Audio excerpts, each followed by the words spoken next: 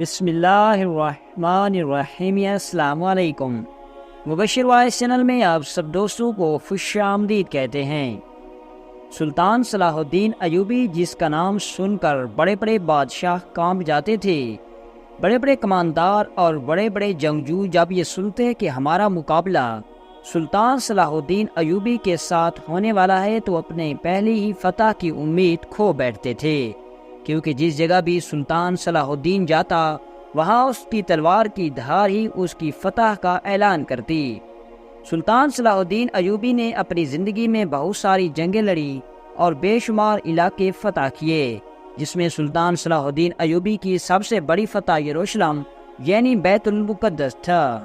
سلطان کی زندگی بڑی کٹھن گزری اور ہر وقت مشکلات اور جنگوں میں گزری، لیکن سلطان نے اپنی زندگی میں انصاف کی حکمرانی کی خواہش رکھی۔ سلطان چاہتا تھا کہ اس کی سلطنت میں کسی کے ساتھ ناانصافی نہ ہو۔ سلطان نے اپنی زندگی میں بہت سے ایسے فیصلے کیے جنہوں نے انصاف کے بول کو بالا کیا اور لوگوں کے عقلوں کو حیران کر دیا۔ یہ بھی ایک واقعہ ہے کہ سلطان کی جوانی کی بات ہے کہ ایک دن سلطان صلاح الدین ایوبی قاضی کے ساتھ عدالت میں بیٹھا ہوا تھا کہ ایک بزرگ جو کہ بڑی مشکل سے چل رہا تھا اپنے گھوڑے پر اترا اور سلطان کے سامنے حاضر ہوا۔ سلطان کی عدالت میں اپنے چچا سلطان نور الدین زنگی رحمۃ اللہ علیہ کی طرح بغیر کسی رکاوٹ کے داخل ہونے کی اجازت تھی۔ جب سلطان عدالت میں ہوتا تو کسی سپاہی کو اجازت نہ ہوتی کہ کسی بھی آنے والے ضرورت مند کو روکے۔ سلطان نے جب اس بزرگ کو دیکھا تو اس بزرگ کو کہا، اے بزرگ، اس عمر میں آخر تمہیں کیا پریشانی ہوئی کہ تمہیں میرے پاس آنے کی ضرورت ہوئی؟ تو اس بزرگ نے کہا، اے سلطان، میں چھوٹا سا تاجر ہوں اور تجارت کے سلسلے میں مجھے گھر سے باہر جانا پڑتا ہے۔ میرا ایک بیٹا تھا جو کہ ذہن سے بالکل کم تھا، اس کی اپنی ایک الگ دنیا تھی، اس کو اس دنیا کا کوئی پرواہ نہ تھی۔ وہ بڑا نیک، شریف اور مظلوم تھا۔ وہ کسی کے ساتھ نہ ہی لڑ سکتا تھا اور نہ ہی اس میں اتنی طاقت تھی کہ وہ کسی کے ساتھ لڑ سکے۔ اس کی کسی کے ساتھ کوئی دشمنی بھی نہیں تھی۔ سلطان نے کہا، بتاؤ تمہارے بیٹے کو کیا ہوا ہے؟ تو اس نے کہا، سلطان، اس دفعہ میں تجارت کے سلسلے میں باہر گیا تو مجھے آنے میں 1 ہفتہ لگ گیا۔ جب میں گھر واپس آیا تو دیکھا کہ میرا بیٹا مرا پڑا ہوا ہے اور اس کی لاش بے یار و مددگار زمین پر پڑی ہوئی تھی۔ اس کو اٹھانے والا بھی کوئی نہیں تھا۔ جب میں اپنے خادم کے کمرے میں گیا تو وہ بھی وہاں سے غائب تھا۔ جب میں نوکرانی کے کمرے میں گیا تو وہ بھی وہاں سے بھاگ چکی تھی، اور جب میں گھوڑوں کے استبل میں گیا تو میرا نوکر بھی وہاں سے بھاگ گیا تھا، اور مجھے یقین ہے کہ میرے یہ تینوں ملازم ہی میرے بیٹے کے قاتل ہیں۔ لیکن میں اتنا طاقتور نہیں کہ ان تینوں مجرموں کو پکڑ کر تمہارے پاس لا سکوں، لہٰذا آپ مہربانی فرما کر مجھے انصاف دیجیے۔ یہ سننے کے بعد سلطان نے اپنے سپاہیوں کو حکم دیا کہ اس بزرگ کو ٹھنڈا مشروب پلایا جائے تاکہ اس بزرگ کی حالت بہتر ہو۔ سپاہیوں نے اس بزرگ کو ٹھنڈا مشروب پلایا۔ وہ بزرگ کی حالت بہتر ہوئی تو سلطان نے اپنے سپاہیوں کو حکم دیا کہ جاؤ اور ان تینوں ملازموں کو 1 گھنٹے کے اندر اندر تلاش کر کے لے آؤ۔ سلطان کا حکم تھا، سپاہی کیسے پورا نہ کرتے۔ 3 سپاہیوں نے گھوڑا دوڑایا اور 1 گھنٹے سے پہلے ان تینوں ملازموں کو پکڑ کر سلطان کے سامنے حاضر کر دیا۔ سلطان نے ان تینوں سے باری باری پوچھا کہ تم بتاؤ، کیا تم نے اس کے بیٹے کو قتل کیا ہے؟ تو تینوں اپنی جگہ پر بے گناہی کی گواہی دے رہے تھے۔ سلطان جانتا تھا کہ ان تینوں میں سے کوئی ایک ہی قاتل ہے، لیکن کون ہے اس بات کا پتہ لگانا پڑے گا۔ تھوڑی دیر سوچنے کے بعد سلطان نے اپنے خاص سپاہی کو حکم دیا اور کہا کہ جاؤ اور 3 دمبے لے کر آؤ۔ سپاہی نے سلطان کے حکم کی تعمیل کی اور 3 طاقتور دمبے لے کر آ گیا۔ سلطان نے تینوں دمبوں کو دیکھا اور ان تینوں نوکروں کو کہا کہ ایک دمبا تم اپنے ساتھ لے کر جاؤ اور 2 ہفتے کے بعد واپس اسی وقت اسی عدالت میں حاضر ہو جانا۔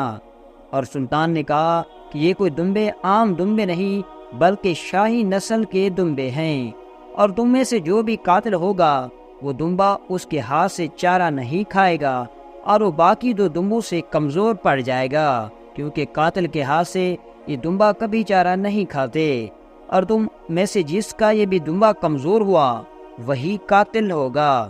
یہ سب دیکھ کر تمام درباری حیران ہوئے کہ یہ سلطان کیا کر رہا ہے، کیا سلطان سٹھیا گیا ہے؟ لیکن سلطان اپنی جگہ پر صحیح تھا۔ وہ بزرگ بھی واپس چلا گیا اور سلطان نے حکم دیا کہ 2 ہفتے کے بعد میری عدالت میں اسی رات کو حاضر ہونا۔ وقت گزرتا رہا اور جب 2 ہفتے مکمل ہوئے تو دربار لگا ہوا تھا۔ سلطان عدالت میں موجود تھا۔ وہ بزرگ اور وہ تینوں، جن میں ایک نوکرانی، ایک ملازم اور ایک خادم، اپنے دمبے لے کر سلطان کی عدالت میں حاضر ہوئے۔ مقدمہ لگ چکا تھا۔ سب لوگ اس خاص مقدمے کے فیصلے کا انتظار کر رہے تھے۔ ویسے تو سلطان کے ہر مقدمے میں لوگوں کو دلچسپی ہوتی، لیکن اس میں کچھ خاص زیادہ تھی، کیونکہ سلطان نے اس میں مجرم کو پکڑنے کے لیے ایک عجیب چال چل رکھی تھی۔ لوگ جانتے تھے کہ سلطان بڑی آسانی سے مجرم پکڑ لے گا اور اس کو کڑی سے کڑی سزا دے گا، لہذا دور دور سے لوگ سلطان کے مقدمے کو سننے کے لیے آئے۔ دربار لگ چکا تھا، سلطان بھی موجود تھا، قاضی بھی سلطان کے ساتھ بیٹھا انتظار کر رہا تھا۔ جیسے ہی سلطان دوسرے مقدمے سے فارغ ہوا تو وہ تینوں ملازم اور وہ بزرگ حاضر ہوا۔ سلطان نے جیسے ہی دمبوں کو دیکھا تو ان میں سے جس کا دمبا سب سے زیادہ موٹا تھا، سلطان نے اپنے سپاہیوں کو حکم دیا کہ اس کو پکڑ کر زندان میں ڈال دو۔ وہ اس بزرگ کا خادم تھا جس کا دمبا سب سے موٹا تھا۔ اس نے کہا، سلطان، آپ نے تو کہا تھا کہ جس کا دمبا سب سے کمزور ہوا وہی قاتل ہوگا، لیکن میرا دمبا تو سب سے موٹا ہے۔ سلطان نے کہا، اے بیوقوف انسان، جانور کو کیا پتا کہ کون قاتل ہے؟ اس نے تو صرف اپنا پیٹ بھرنا ہے۔ میں نے اس لیے کہا تھا کہ تم میں سے جو قاتل ہوگا وہ سب سے زیادہ چارہ اپنے دمبے کو ڈالے گا، تاکہ اس کا دمبا باقی دمبوں سے موٹا تازہ دکھے، اور اس لیے تم نے 2 ہفتوں کے اندر اندر اس دمبے کو اتنا چارہ کھلایا کہ یہ باقی دمبوں سے زیادہ صحت مند ہو گیا، اور مجھے پتا ہے کہ تم ہی قاتل ہو۔ یہ سن کر اس خادم نے ایک خنجر نکالا اور اس بزرگ کی گردن پر رکھ دیا اور کہا، اے سلطان، مجھے ٹھیک ٹھاک اس عدالت سے جانے دیجیے، ورنہ جس طرح اس کا بیٹا اپنی جان سے ہاتھ دھو بیٹھا، اسی طرح یہ بزرگ بھی میرے ہاتھوں مارا جائے گا۔ یہ دیکھ کر سلطان مسکرا رہا تھا اور وہ خادم بزرگ کی گردن پر خنجر رکھے کھڑا تھا۔ وہ خادم بڑا حیران تھا کہ میں نے اس بزرگ کی گردن پر سلطان کے سامنے خنجر رکھا ہوا ہے، لیکن سلطان مسکرا رہا ہے۔ اس کے بعد سلطان اس انداز سے اپنی جگہ سے اٹھا کہ سلطان کے خوف سے اس خادم کے ہاتھ سے خالی خنجر گر گیا۔ وہ آ کر سلطان کے قدموں میں پڑ گیا۔ اس نے کہا، سلطان، مجھے معاف کر دیجئے، میں آپ کا بھی گنہگار ہوں اور اس کے بیٹے کا بھی قاتل ہوں۔ میں بہک گیا تھا، میں جوانی سے اس بزرگ کی خدمت کر رہا ہوں، لیکن اس نے میرے ساتھ وفائی نہیں کی۔ میری بیٹی بیمار تھی، اس کو علاج کی سخت ضرورت تھی۔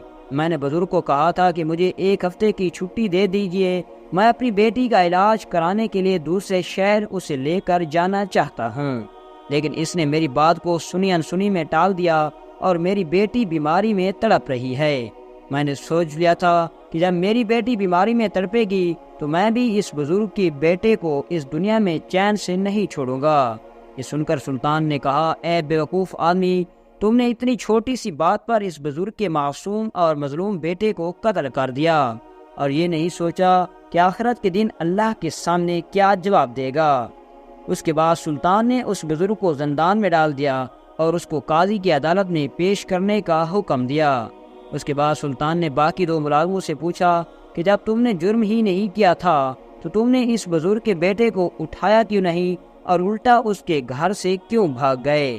تو ملازم نے کہا، سلطان، جب میں استقبال سے گھر میں کھانا کھانے کے لیے آیا تو دیکھا کہ یہ ملازمہ بھاگ رہی تھی اور بزرگ کا بیٹا زمین پر پڑا تڑپ رہا تھا۔ میں سمجھا کہ ملازمہ اور اس خادم نے اس کا قتل کیا اور یہ دونوں بھاگ رہے ہیں۔ اگر میں یہاں رکا تو میں ہی قاتل ٹھہرایا جاؤں گا، لہذا میں بھی اس ڈر سے وہاں سے بھاگ گیا کہ کہیں لینے کے دینے نہ پڑ جائیں۔ اس کے بعد وہ بزرگ سلطان صلاح الدین ایوبی کو دعائیں دیتا ہوا وہاں سے رخصت ہو گیا، اور تمام درباری سلطان کی اس عقل مندی کے فیصلے کو دیکھ کر بڑے حیران ہوئے۔ دوستو، امید ہے کہ آپ بھی سلطان کی اس عقل مندی کے فیصلے سے بڑے خوش ہوئے ہوں گے اور آپ کو یہ واقعہ بڑا دلچسپ لگا ہوگا۔ اگر آپ کو یہ واقعہ دلچسپ لگا ہو تو ہمارے اس ویڈیو کو لائک کریں اور ہمارے چینل کو بھی سبسکرائب کریں۔ ملتے ہیں انشاءاللہ نیکسٹ ویڈیو میں، اجازت دیجیے، اللہ حافظ۔